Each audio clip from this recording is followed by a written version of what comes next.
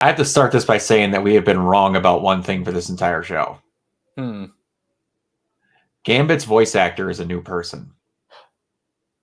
Oh.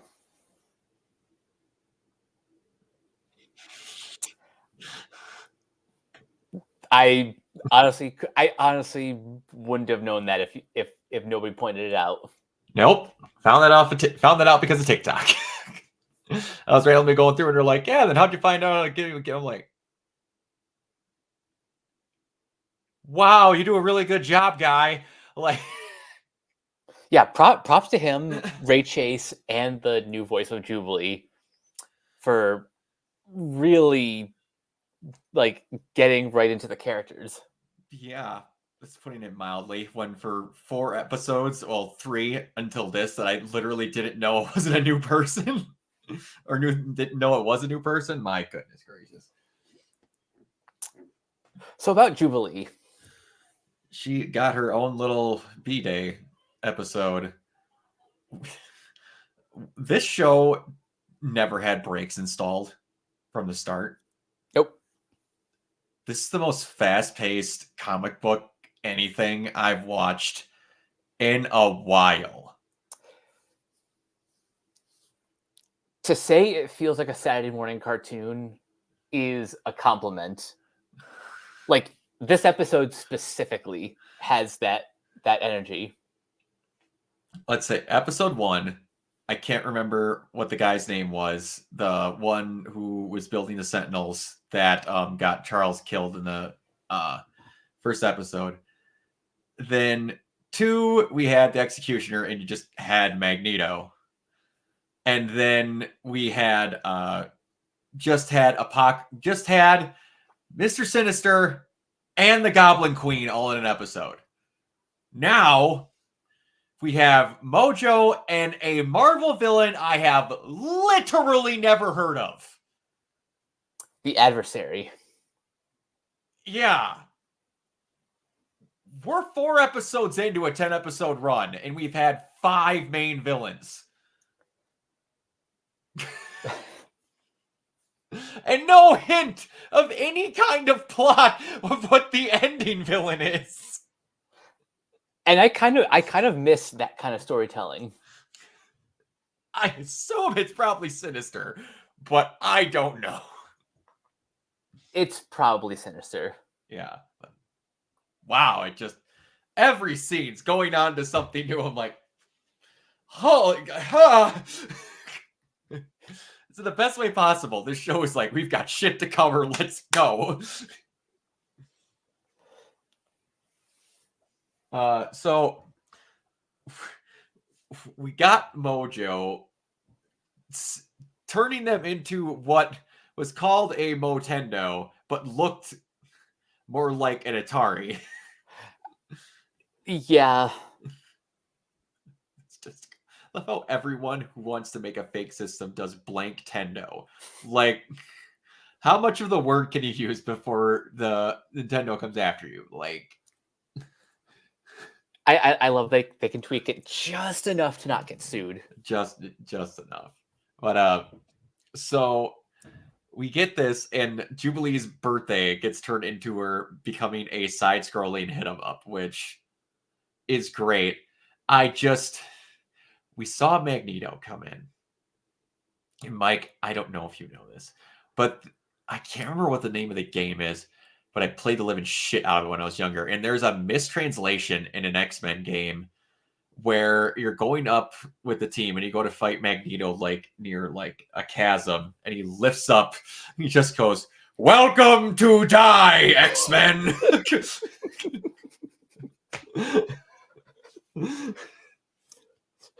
Let me guess, you were waiting for him to say that. I was like, guys, please, I will die laughing if he says "Welcome to die, Jubilee." It's like, there's no other time where it could have been more perfect. Oh, that would have been so good. And I know Kiona was probably hoping for the same thing. Anyway, so yeah, they're never gonna get a chance like that again. Nope. Oh, it was just one of those where it was like, The unbelievable lining up of circumstances, because they're making Magneto not be evil. You had him in a video game of all places. It was like them showing the Sonic drawing in the first Sonic movie. It was that level of, we understand the meme, okay? We're going to show it to you. It's like, But, yeah. So, oh, now I'm forgetting her name. Allison. Courtship? No. Allison Court? Allison Court, I believe. Who originally voiced Jubilee. I believe it's Allison Court. I could be 100%. Yeah, Allison Court. Allison Court, yeah. She also voices Claire in the original RE2, if I'm not mistaken. She bowed out of the role because she wanted to have a ethnic, how do I want to state that? Proper ethnic person voicing Jubilee, which some of you, pardon my language, fucking morons at the start of the show went, how come a person named Jubilation Lee looks more Asian this time around? Idiots. I wonder. Anyway, she's back just as older Jubilee. It was awesome. That was a really good touch. That probably some of the best stunt casting that the show could have done. Mm-hmm. That was really good. That was really, really good. I'm happy they did that. Because that was just like a little, we understand. We didn't just like tell Allison she had to go away. This is something Allison wanted, but we still gave her, hey, you got to be the character in the show, but in a cool, different little way, interacting with the new version.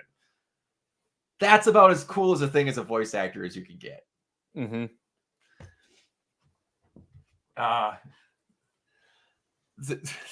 This was a rather simplified episode. I will admit, out of all the ones they've done, this is probably the most straightforward until we get out of the video game. Yeah. And I'll be honest, I'm not sure I love the structure of this episode. It's kind of weird. Because like individually, these two like A and B plots are great. It's just the way it's structured is just really weird.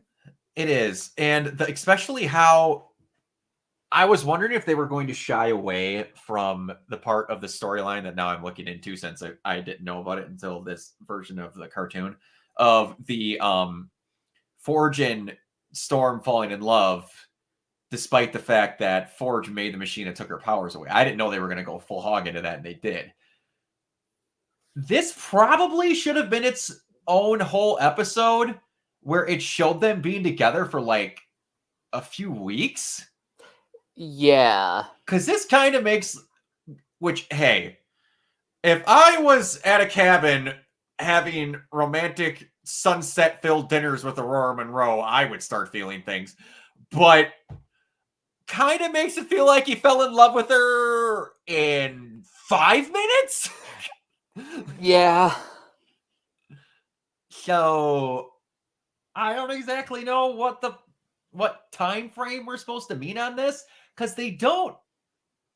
It kind of all seems like these episodes happen days after each other. That's what it feels like without really knowing the passage of time. Yeah, because they're like, in case Sinister comes back again. You're not saying that 4 months later. No. You're saying that at the latest 3 days. Yeah. Most likely just one. And then we don't know when Forge met but that couldn't have been that long, because honestly, with the way the dates line up with the other ones, those are probably only days apart. That's the only criticism I got so far, where that one with this ending part, although it's cool, was rushed kinda. Mm-hmm. This honestly could have just been its own episode. And here's the weirdest part. I brought this up on Twitter too, but this story won't get resolved next week. No. It gets resolved the week after. Yeah, because this is the in between with a 2-parter, right? Yep. So weird. And I know, because of the way Fox Kids broadcast the original series, that was pretty common, but still, I like assumed that because we're in like the streaming age that the episodes would be in a more structured order. I guess not. It is structured order, but I'm wondering if there's got to be some reason behind it. There has to be. I hope there is, because otherwise, why split the story apart this way? Yeah, because you could have easily dragged out the Jubilee thing, had her sneak out, go to the mall, and then accidentally hit an arcade that had Mojo there. And then that would have tacked on like another 10 minutes of her talking with why she was so mad at freaking Magneto for not letting her be herself because she's an adult now, blah, blah, blah, blah, blah. And then you could have had Sunspot hiding a little more, because even when they're clearly not in the real world, he's like, no, I can't use my powers. I don't want my parents to see, whatever. You could have gotten a whole lot more out of that. Mm-hmm. And then with this, you easily could have gotten more out of that. You could have had several attempts at trying to rejigger the machine and like talking, like showing some examples of Forge, like doing his inventing and all this stuff, and shown the owl circling them a little bit more because you like see it once. Yeah. This was the most easily split apart 2-episode thing I've seen in a while. Which, again, it is a minor gripe but it shows that much when how unbelievably strong the first 3 episodes were. I understand now why the first 3 episodes were shown early for critics, because that was probably their strongest that was their best foot forward. I'm not saying this is a bad episode. No, at all. It's just weird compared to how this show began. It's the most weirdly structured, because the stories within them are not terrible. They're good. Absolutely. And it's just, I want to know what the decision behind this was. Because unless we needed to really rush Mojo just to have a one-off villain, why I like Jubilee, I do, but this seems worlds more important. And if they were like, we needed something for the earlier half when we're going to split this, why didn't you just not do the Jubilee thing and make this the full episode? Great question. Or again, you could have split this up into 2 episodes. You very well could have. I've just from what Jubilee went through, you gained more for Sunspot in this episode than you do for Jubilee, and it was a Jubilee-centric episode. Jubilee had a problem created for her at the beginning of it that she no longer had at the end of it. Mm-hmm. She was like, oh no, he won't let me be 18. Oh, I'm a part of the X-Men, I'm important. She's back to square one at the end of that arc. Yeah, I think Sunspot probably should have been the focus. Yeah, it's weird, but again, that is making the episode not a 10 out of 10 like the last one's been, and now it's a 7. So not even, it's like an 8.5. I was gonna say like 8.5. Yeah, it's still good, and it's got good ideas in it. I just need to know what the hell the exact idea was between rushing so much in this one. Unless they're going to draw back on what Jubilee went through for something later and they needed to get it in at some point. That's a possibility. But we'll see. Yeah. We'll see if they go for the Storm Forge thing and they're obviously probably going to. The adversary is probably going to show them something and then she's going to whatever. So we'll see, because that means we might have 3 relationships going: Sunspot, Jubilee, Storm and Forge, and Rogue and someone. Because we still don't technically know what's happening now behind closed doors. And if we get to the end of this and all of a sudden they say, hey, I stole enough of Magneto's powers to where I can create a magnetism field. Hey, let's go get funky and do the horizontal mambo finally. They could do that. She has her powers because she stole them from freaking Miss Marvel. Everyone keeps forgetting that too. Everyone does. It's a very core part of how she is the way she is. Yeah, it's why she can fly and why she has super strength. Yeah, it's just weird that it happened the one time because Miss Marvel could take it, so she held on for so much longer. And honestly, if you're gonna whip up another candidate in that category, it's going to be Magneto. Despite the fact that he's a fossil, he's probably the most well-developed and in-fit person of all of them. He looks like Mr. Universe in this freaking version of the show. He does.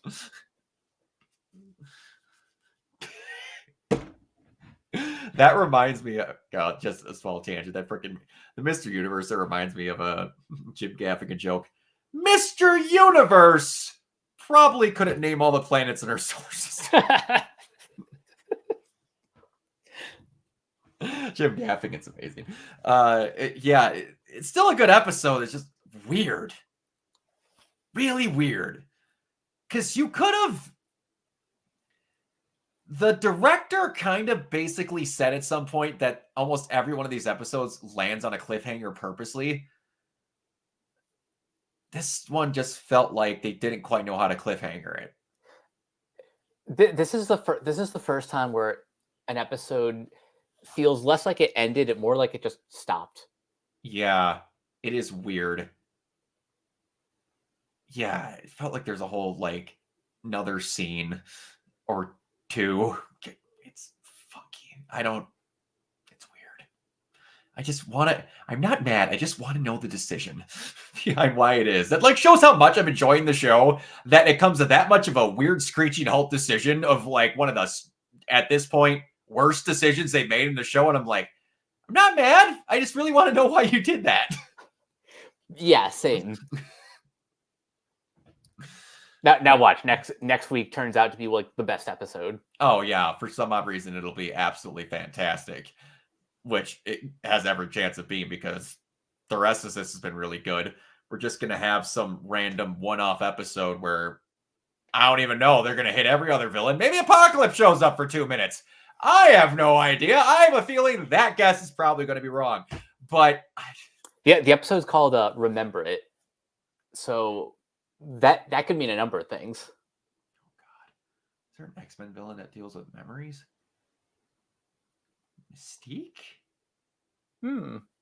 She's not memories, but she can bring up stuff, and I know that she commonly disguises herself as that one news anchor that Magneto bitched out, or that politician that he bitched out when in that second episode. Memories. I'm gonna have a Magneto-centric episode about the freaking Holocaust. Oh yeah, they would. With everything else they've addressed, I would not be shocked if they went there. Or they could just go through a bunch of stuff about Charles. Yeah. Anything is possible. Yeah. But yeah, still a good episode. Really weirdly put together. No, you couldn't do it that way. I was thinking in my brain if they would have done the Jubilee thing second. No, I don't know. No, you couldn't have done that. I don't know. Still good, just weird. I got nothing else. It's still just really good. I'm still just as excited every time I hear that opening. This is the first freaking time. It never fails. Also, again, they changed 4 scenes in the intro. Again. And there might be an actual better reason behind it now. They were talking with one of the I want to say it was one of the showrunners, but how they basically have a good chunk of the original team that ran the show, despite the fact, on top of the voice actors, that they actually got a chunk of old what do I want to say, stills and shit from the old show that they're putting into this. Oh, that's cool. Yeah, like old reworkings and things from the old show that they're sticking in, and they mentioned the intro specifically. So I don't know if that's what they're doing with some of those that they never got to redo or whatever, but it's cool because there was like 4 people that helped basically show run the original show that got brought back. So they were really caring about how, if we're going to do this, we want it to feel like the old show. So we're going to like just, hey, what are you doing now? You're what? Got it. Yeah, I got nothing else. I'm just looking forward to next week. Mike, where can everybody find you? You guys can find me on various social media sites at Captain K42. You guys can check out my quick thoughts on letterboxd.com/Coach K42. And you can follow Renegade Pop Culture on Facebook and that place at Ren Pop Culture. You can also find us on YouTube and Podchaser. Consider supporting our Patreon at patreon.com/Renegade Pop Culture. Listen to all of our podcasts on Spotify, Apple Podcasts, wherever you listen. And last but not least, everything can be found at renegadepopculture.com. Need an escape? So do we. Absolutely. And you can find me everywhere at Organoid Zero, mainly on Twitch and YouTube. And until next time, we will see you all later. Bye.